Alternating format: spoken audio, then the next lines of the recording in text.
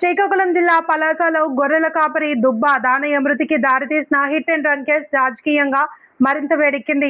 ఈ ఘటనలో మాజీ మంత్రి సీదిరి అప్పలరాజు కుమారుడు ఆరవ్ వర్మ పాత్రపై ఇప్పటికే పోలీసులు కేసు నమోదు చేసి దర్యాప్తు కొనసాగిస్తూ ఉండగా పలాస ఎమ్మెల్యే గౌతు శిరీష మాజీ మంత్రి సీదిరి అప్పలరాజుపై పలు తీవ్రమైన ఆరోపణలు చేశారు. ప్రమాదానికి కారణమైన ఆరవ్ వర్మను చట్టపరమైన చర్యల నుండి తప్పించేందుకు ప్రయత్నించారని, అతని స్థానంలో స్నేహితుడు సిద్ధార్థను పోలీసుల ఎదుట నిలబెట్టే ప్రయత్నం జరిగింది అని ఎమ్మెల్యే ఆరోపించారు. ఇది కేవలం ప్రమాద ఘటన మాత్రమే కాకుండా చట్టాన్ని తప్పుదోవ పట్టించే ప్రయత్నంగా కూడా చూడాల్సిన అంశమని పేర్కొన్నారు. ప్రమాదం జరిగిన వెంటనే ఆరవ్ వర్మను ప్రైవేట్ ఆసుపత్రికి తరలించి చికిత్స చేయించినట్లు సీసీటీవీ ఫుటేజ్, ఇతర ఆధారాల ద్వారా ప్రాథమిక సమాచారం లభించింది అని ఎమ్మెల్యే తెలిపారు. దర్యాప్తులో అన్ని ఆధారాలు బయటకు వస్తాయని, నిజాలు ప్రజల ముందుకు వస్తాయని అన్నారు. ఈ కేసులో వాస్తవాలు దర్యాప్తు ద్వారా పూర్తిగా వెలుగులోకి రావాలి అని ప్రజలు కూడా కోరుకుంటున్నారని, చట్టం తన పని తాను చేసుకుంటుంది అని ఎమ్మెల్యే గౌతు శిరీష అన్నారు. తెలిసింది ఎవరో యాక్సిడెంట్ చేసిన యువకుడు అని అడిగితే వైసీపీలో కోఆప్షన్ మెంబర్గా పనిచేసిన శంకర్ త్యాడి గారి కొడుకు సిద్ధార్థ త్యాడి గారి అని పేరు వినిపించింది. పోలీసులు పనులు పోలీసులు చేసుకుంటారు, దాని మీద అంతవరకే వివరణ తీసుకొని మేము మా పనుల్లో బిజీగా ఉన్నాం. మొన్న రాత్రి దాదాపు 10:30-11 గంటలకి కొన్ని ప్రముఖ ఛానల్స్ నాకు ఫోన్ చేసి, 10:30 ఎందుకు చెప్తున్నానంటే టైం గుర్తుంది కాబట్టి, మేడం ఈరోజు మీ దగ్గర జరిగిన చిన్న వార్తగా కవర్ అయిన ఆ యాక్సిడెంట్ చేసింది అప్పలరాజు గారి కుమారుడు అని అంటున్నారు అంటే చాలా నిజాయితీగా, లేదండి అది తప్పు, అప్పలరాజు గారి కొడుకు కాదు, బట్ చేసింది ఒక వైసీపీ నాయకుడి కొడుకే, మీకు ఎవరో రాంగ్ ఇన్ఫర్మేషన్ ఇచ్చారు, రాజకీయాలు చేయొచ్చు కానీ ఇలాంటి అబద్ధాలు మాత్రం మేము ఆడమని చెప్పి ఆ ఫోన్లు కూడా పెట్టడం జరిగింది.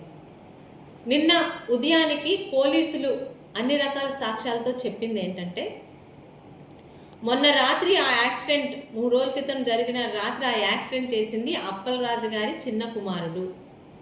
అయితే ఇక్కడ యాక్సిడెంట్లు జరగడం తప్పు కాదు, అది ఎవరు కావాలని చేయరు, బై యాక్సిడెంట్లుగానే జరుగుతాయి. కానీ యాక్సిడెంట్ జరిగిన తర్వాత ఒక ప్రజాప్రతినిధిగా మాట్లాడితే మైకులు పట్టుకొని నీతి నిజాయితీ అని బల్లలు గుద్దేసి మాట్లాడే అప్పలరాజు గారు చేసిన పని ప్రజలకి, ముఖ్యంగా మా పలాస ప్రజలకి ఖచ్చితంగా తెలియాలి. యాక్సిడెంట్ జరిగాక మామూలుగా ఎంతటి వారైనా తను చేసిన యాక్సిడెంట్తో ఒక వ్యక్తి అక్కడికక్కడ ప్రాణాలు పోయాయి అనుకుంటే ఎవరికైనా ముందు మైండ్ ఫ్రీజ్ అయిపోతుంది, ఏం చెయ్యాలో కాళ్ళు చేతులు ఆడవు. కానీ పూర్తిగా క్రిమినల్ మెంటాలిటీ ఉన్న మనందరికీ తెలిసిన మన మాజీ మంత్రి అప్పలరాజు గారు 9:32 గంటలకి యాక్సిడెంట్ అయితే 9:45 కల్లా ఆ యాక్సిడెంట్లో బండితో పాటు అవతల వాళ్ళని డాష్ ఇచ్చిన అప్పలరాజు గారి కుమారుడు కూడా కింద బండి నడిపాడని సీసీ కెమెరాలతో క్లియర్గా ఫుటేజ్ వచ్చింది. దెబ్బ తగిలిన నీ కొడుక్కి నువ్వు ఏ హాస్పిటల్లోని డ్రెస్సింగ్ చేయించావో ఆ హాస్పిటల్ డాక్టర్ తాలూకు వాంగ్మూలం, ఆ వీడియోలు వచ్చాయి. పోలీసులు కూడా నేరం చేసింది నీ కొడుకే అని కన్ఫర్మ్ చేశారు. ఈరోజు నువ్వు ఏ మొహం పెట్టుకొని మళ్ళీ పలాస వచ్చి ఎన్ని రకాల అబద్ధాలు నువ్వు, నీ పేటీఎం బ్యాచ్, నీ వైసీపీ సోషల్ మీడియా కుక్కలు వాగుతాయో ఎంత ఇంట్రెస్టింగ్గా ఉంటాయో నేను ఎదురు చూస్తున్నాను. ఈరోజు తెలుగుదేశం పార్టీ ఆ కుటుంబానికి అండగా నిల్చుంటుంది. జిల్లా ఇన్ఛార్జ్ మంత్రి గారైన కొండపల్లి శ్రీనివాస్ గారు బయలుదేరారు. ఆ కుటుంబానికి వచ్చే కుటుంబానికి ధైర్యం చెప్పి వాటికి పార్టీ తరఫున మేము ఎలాగే సహకారం చేస్తున్నాం అనౌన్స్ చేస్తారు. మరి ముఖ్యంగా ఈ సందర్భంగా పలాసలో ఆ రోజు మళ్ళీ చెప్పడం మర్చిపోయానండి, హరీష్ అనే వ్యక్తికి మా నాయకుడి ద్వారా జరిగిన ఇబ్బందికి కూడా ఆ రోజు చంద్రబాబు నాయుడు గారు ఎంపీ రామ్మోహన్ నాయుడు గారిని, మంత్రి అచ్చెన్నాయుడు గారిని ఇద్దరిని ఇంటికి పంపించి వాళ్ళకి 5 లక్షల నష్టపరిహారం ఇప్పించారు. అది తెలుగుదేశం పార్టీ కమిట్మెంట్.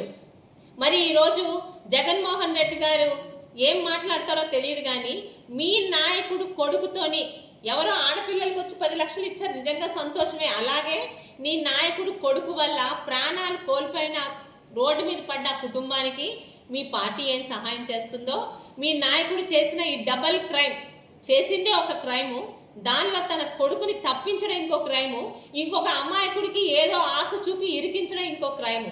ఇందులో నేరం చేసింది అప్పలరాజు కొడుకు కాదు, అప్పలరాజే.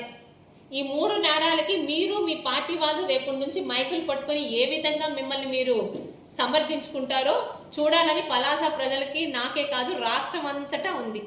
దయచేసి ఈ వివరాలని 3 రోజుల తర్వాత పోలీసుల ద్వారా నిజ నిజాలు తెలుసుకొని ఒక శాసనసభ్యురాలుగా ఇక్కడ ఏం జరుగుతుందో అన్న మా పలాస ప్రజలకి, రాష్ట్రంలో ఉన్న వాళ్ళందరికీ నిజ నిజాలు చెప్పడానికి మా పత్రికా సోదరులు ముందుకొచ్చాను. సహకరించిన ప్రతి ఒక్కరికి ధన్యవాదాలు. చేసి పంపించండి అని సలహా ఇచ్చి అమ్మాయిని కూడా ఊరుకోబెట్టి, ఏమ్మా నిన్న ఒకలాగా చెప్పావు, ఈరోజు ఒకలాగా చెప్పావంటే నిన్న భయపడ్డాను. సాధారణంగా ఆడపిల్లల తల్లికి ఉండే భయంతోనే అమ్మాయి జరగలేదు అంది, కూతురు భవిష్యత్తు ఏమవుతుందో అని. కానీ తర్వాత అందరికీ తెలిసిపోయింది. దీంతో తన కూతుర్లకి న్యాయం జరగాలని ప్రెస్ ముందుకు వచ్చింది. ఆ విషయం వెంటనే తెలిసి అవతల వ్యక్తుల్ని, వాళ్ళు కూడా మైనర్స్ అయ్యారో మేజర్స్ అయ్యారో తెలియదు, వాళ్ళందరినీ కూడా అరెస్ట్ చేయడం జరిగింది. తర్వాత మీ పత్రికా సోదరులకి తెలుసు, పలాసలో ఉన్న ఆ కేసుని ఫాలో అయిన చాలా మందికి తెలుసు. అదే ఆడపిల్లలు వాళ్ళతో బయటికి వెళ్ళి ఆ పార్టీలో వాళ్ళు కూడా తాగడం అందరూ చూశారు. అయినా ఇష్టంతో జరిగినా ఇష్టం లేకుండా జరిగినా మైనర్ అమ్మాయిల మీద ఒంటి మీద చేయడం ఎవరిదైనా తప్పుని వాళ్ళకి శిక్షించాం. ఇదే నీచ స్వభావం ఉన్న అప్పలరాజు గారు దాన్ని ఆ రోజు ఎలాగ గొడవ చేశారో ఒక్కసారి పలాస ప్రజలకి మా పత్రికా సోదరుల ద్వారా గుర్తు చేస్తున్నానండి. ఏమాత్రం నాకు సంబంధం లేదు. ఒక తప్పు జరిగిందని తెలియగానే వెళ్ళి వాళ్ళని అరెస్టేషన్ చేయమని చెప్తే పచ్చి అబద్ధాలు సిగ్గు లేకుండా మాట్లాడే వాళ్ళు ఎవరన్నా ఉన్నారంటే అక్కడెక్కడో తాడేపల్లిలో కూర్చున్న జగన్మోహన్ రెడ్డి, ఇక్కడ కూర్చున్న ఈ అప్పలరాజు, ఈ ముఖ్యంగా వైసీపీ బ్రీడ్ అంతా ఇంతే. శిరీష ఆవిడ్ని ఇంటికి తీసుకొని వచ్చి బేరాలు పెట్టిందని, బేరాలు కుదరలేదు కాబట్టి ఆవిడ కేసు వేసిందని కనీసం నాలుక కూడా మడతపడని అబద్ధాలు చెప్పాడు. అంటే ఇవన్నీ ఎందుకు గుర్తు చేస్తున్నానంటే, పైగా ఆ నేరం చేసిన వారి బంధువులు ఎవరో, నేరం చేసిన వాళ్ళు కూడా కాదు, అమ్మాయి మీద అత్యాచారం చేసిన యువకుల తాలూకా చిన్నాన్న, మేనమామ ఏదో సందర్భంలో నాతోని రామ్మోహన్ నాయుడు గారితో ఫోటోలు తీసుకున్నారని అత్యుత్సాహంతో ఫోటోలు బయటపెట్టి ఇలాంటి నేరస్తులకి తెలుగుదేశం పార్టీతో సంబంధం ఉందని చాలా హల్చల్ చేశాడండి. మరి ఈరోజు అదే అప్పలరాజు గారిని అడుగుతున్నాను, నీ సొంత కొడుకు యాక్సిడెంట్ చేస్తే నీది ఎంత క్రిమినల్ బ్రెయిన్ అయితే నిమిషాల్లోని నువ్వు నిర్ణయం తీసుకొని నీ కొడుకుని బాలకృష్ణ గారి హాస్పిటల్ తీసుకెళ్లి డ్రెస్సింగ్ చేయించి పావు గంటలోని ఊరు దాటించి ఇంకొక అమాయకుడికి మరి నువ్వేం ఆశ చూపించావో తెలియదు, ఇంకొక అమాయకుడిని పోలీసుల దగ్గర లొంగేలా చేసావు. మరి నిన్ను ఏ చెప్పుతో కొట్టాలి అప్పలరాజు గారు? ఈరోజు పలాసలో మేము కానీ పలాస ప్రజలు కానీ ఎవరో ఒక తెలుగుదేశం నాయకుడు ఒకతన్ని ఇబ్బంది పెడితే ఆ అబ్బాయి సూసైడ్ చేసుకుంటే 2 కులాల మధ్య గొడవగా చిత్రీకరించి నానా యాగి చేసావు కదా. ఈరోజు చనిపోయిన వ్యక్తి ఒక యాదవ సామాజిక వర్గం చెందిన వ్యక్తి, 40 సంవత్సరాల అతి పేద గొర్రెల కాపరి. ఈరోజు ఆయనకి ఒక మతి స్థిమితం లేని భార్య, 3 పిల్లలు ఉన్నారు. ఇది బయటికి రానప్పుడు వాళ్ళతో లాలూచి పడి ఆ కుటుంబానికి 8.5 లక్షలు ఇస్తానని చెప్పి 1.5 లక్షలు ఇచ్చి మిగతా 7 లక్షలు ఆపిన నువ్వు చేసిన రాజకీయాన్ని ఈరోజు పలాస ప్రజలు ఏ చెప్పుతో కొట్టాలి? ముఖ్యంగా యాదవ సామాజిక వర్గంలోని కులమని జనాల దగ్గర ఓట్ల కోసమే డ్రామాలాడే పలాస వైసీపీ యాదవ సామాజిక పెద్దల్ని అడుగుతున్నాను. ఈరోజు మరి మీ సామాజిక వర్గంలో ఒక వ్యక్తి మృతికి కారణమై ఆ నిరుపేద కుటుంబాన్ని రోడ్డు మీద పడేసి తన కొడుకుని తప్పించిన అప్పలరాజుతో ఉంటారా మీరు? నిజంగా కులం అని కులాన్ని రెచ్చగొడతారు కదా. ఈరోజు మీ కులంలో జరిగిన అన్యాయానికి, మీ కులంలో ఆ కుటుంబానికి అండగా ఉంటారా? పలాస వైసీపీలో ఉన్న యాదవ పెద్దలకి అందరి సాక్షిగా, పలాస నియోజకవర్గం సాక్షిగా ప్రశ్నిస్తున్నాను. నువ్వు ఒక ప్రజాప్రతినిధి అప్పలరాజు. తప్పు జరిగితే, యాక్సిడెంట్లు చాలా జరుగుతాయి, ఎవరు కావాలని చెయ్యరు. యాక్సిడెంట్లు జరిగితే పోలీస్ స్టేషన్కి వెళ్ళి నీ కొడుకుని అప్పచెప్పుంటే స్టేషన్ బెయిల్ ఇచ్చి ఇంటికి పంపించేవారు. కానీ నువ్వేం ఆలోచించావు? నీలాగా ఇక్కడున్న గౌతు శిరీష పాపం రాజకీయం చేసి నీ కొడుకుని ఇబ్బంది పెడతాదేమోనని భయపడి నువ్వు ఇప్పుడు 2 తప్పులు చేసావు. ఏ రోజు నాకు ప్రత్యర్థి నువ్వు ఒక్కడివే. నీ కుటుంబంలో నీ పిల్లలు కానీ, నీ భార్య కానీ, నీ తల్లిదండ్రులు కానీ, నీ అన్నదమ్ములు కానీ ఎవ్వరు నాకు ప్రత్యర్థులు కాదు. నువ్వు చేసిన ప్రతి తప్పుని నేను ఎత్తి చూపిస్తాను. ఈరోజు నీ కొడుకు కాదు అక్కడ నేరస్తుడు. నీ కొడుకు నేరాన్ని తప్పించి ఇంకొక పిల్లాన్ని అందులో ఇరికించిన నువ్వు ఏం సమాధానం రేపు ఉదయం పలాసలో ప్రజలకి, ముఖ్యంగా ఆ కుటుంబానికి యాదవ సామాజిక వర్గంలోని ఓట్ల గురించి డ్రామాలాడే నీ వైసీపీ నాయకులకి నువ్వేం సమాధానం చెప్తావో నేను కూడా ఎదురు చూస్తున్నాను. ఎందుకంటే ఇందులోని నువ్వు చెప్పిన మీద ఛాతి మీద దెబ్బలు తగిలాయి. 9:45 కల్లా కుమారుణ్ణి తీసుకొని పలాసలో ఉన్న అటు చిన్నపడం వైపు ఉన్న డాక్టర్ బాలకృష్ణ గారి ఆర్థోపెడిక్ హాస్పిటల్కి తీసుకెళ్తే ఏంటండి ఇంత దెబ్బలు తగిలాయని అడిగినప్పుడు బైక్ నుంచి పిల్లాడు పడిపోయాడు అంటారు. ఏ డాక్టర్ అయినా అంతవరకే అడుగుతారు. అందులో ఆయన తప్పులేదు. ఏ డాక్టర్ అయినా బైక్ నుంచి పిల్లాడు పడిపోయాడని ఆయన హాస్పిటల్లోనే ఆ గాయాలకి డ్రెస్సింగ్ చిన్న చిన్న కుట్లు వేపించుకొని 10 దాటక ముందే తన కొడుకుని ఊరు దాటించేసిన అతి నిజాయితీ పరుడు మనందరికీ తెలిసిన మన మాజీ మంత్రి సీదిరి అప్పలరాజు గారు. కొడుకుని తప్పించడమే కాకుండా తనకి బాగా తను ఏం చెప్తే అది చేసే నమ్మకస్తుల ద్వారా తన అనుచరుడైన ఇంకొక త్యాడి అనే అతని తాలూకు కొడుకుని ఆ రోజు ఉదయం తీసుకెళ్లి పోలీసులకు అప్పచెప్పారు. పోలీసులు కూడా యాక్సిడెంట్ జరిగింది వాస్తవం, యాక్సిడెంట్ చేసిన వాడు తన మటుకు తనే వచ్చి లొంగిపోయాడని వాళ్ళు కూడా అంతవరకే ఆ పోలీస్ కేసు వేసి ఎఫ్ఐఆర్ వేసి ఆ అబ్బాయి కూడా స్టేషన్ బెయిల్ ఇచ్చి వదిలేశారు.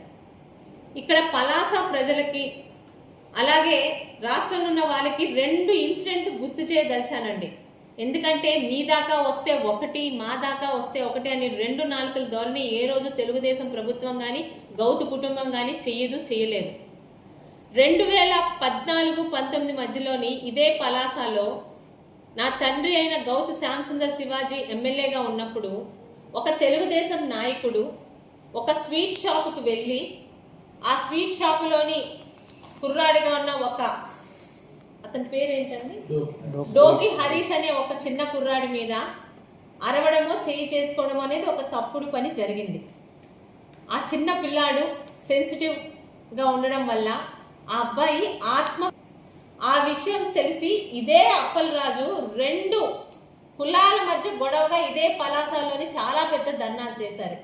ఆ రోజు తెలుగుదేశంలో ఉన్న మా నాన్నగారు చంద్రబాబు నాయుడు గారితో మాట్లాడి ఆయన సలహా మీదట ఎవరైతే ఆ తప్పు చేసి ఆ అబ్బాయిని బాధ పెట్టి ఆ అబ్బాయి ఆత్మహత్య చేసుకునే విధంగా ప్రేరేపించారో ఆ వ్యక్తిని పార్టీ నుంచి సస్పెండ్ చేయడం జరిగింది.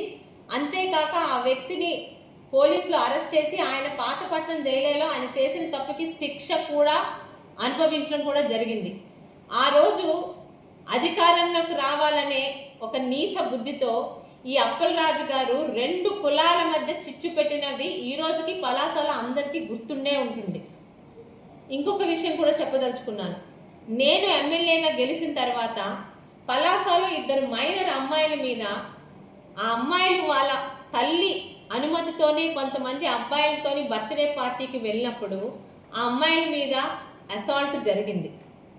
ఆ విషయం తెలిసి ఆ తల్లిని చాలామంది పత్రికా విలేకరులు అడిగితే మా అమ్మాయిల మీద ఏమీ తప్పు జరగలేదు, మా అమ్మాయిలు హ్యాపీగా ఇంట్లోకి వచ్చారు అని చెప్పిన ఆ తల్లి మళ్ళీ 24 గంటల తర్వాత మా అమ్మాయిల మీద అత్యాచారం జరిగింది అనే మాట ఒప్పుకుంది. ఆ విషయం ఆ రోజు మందసాలో ఉన్న నేను పార్టీ ఆఫీస్ నుంచి ఫోన్ రాగానే ఆవిడికి ఫోన్ చేసి మీరు పోలీస్ స్టేషన్కి రండి అని డైరెక్ట్గా నేను ఇక్కడ నుంచి పోలీస్ స్టేషన్కి వెళ్ళడం జరిగింది.